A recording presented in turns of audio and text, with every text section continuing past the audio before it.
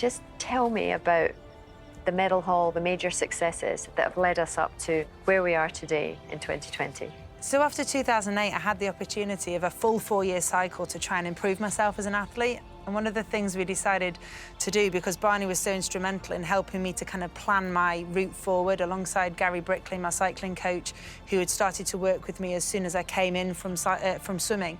At first, I think she was quite happy using a basic bike to get going, just to get herself used to getting out for long periods on the bike.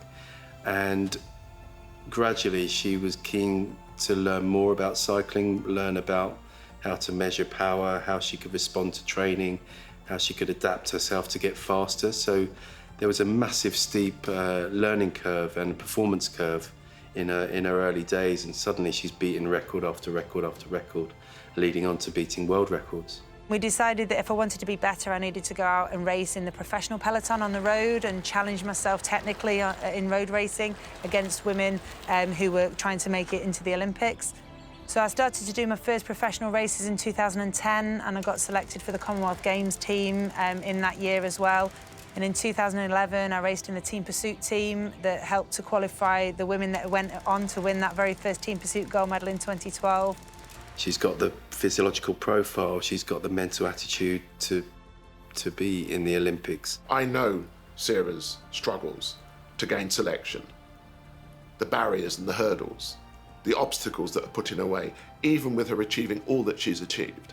She has raced at the Commonwealth Games in India. She has been in the World Cups for Great Britain cycling.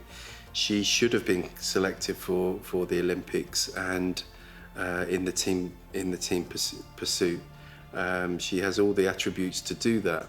But 2012 was the home games, and I was going into that event as a world champion in 4 different events, with 4 different events to compete at in London. And when we came out of that games with those 4 gold medals that we'd gone in looking for, it was just a completely different life. Everybody had watched the games in London. Parasport had really come of age. We'd had wall-to-wall coverage, and that really set up a completely different type of career beyond that. I will say this, I think the Olympic Games in 2012 were fantastic, but I think if you speak to most people, the surprise element of that year was the Paralympic Games. It was incredible pride. I mean, it was. You sat there and you looked at what was going on, and then you saw a country get its mojo back. I think it fundamentally changed the way we view disability and impairment, certainly in society, and probably even more so in the workplace. And I see our Paralympians, and Sarah Storey was absolutely the forefront of that, as being trailblazers. That really brought athletes with disabilities to the fore, and it showed what amazing athletes that they were, and that we became very integrated. The one moment that really stands out with Sarah was obviously 2012, those magical games.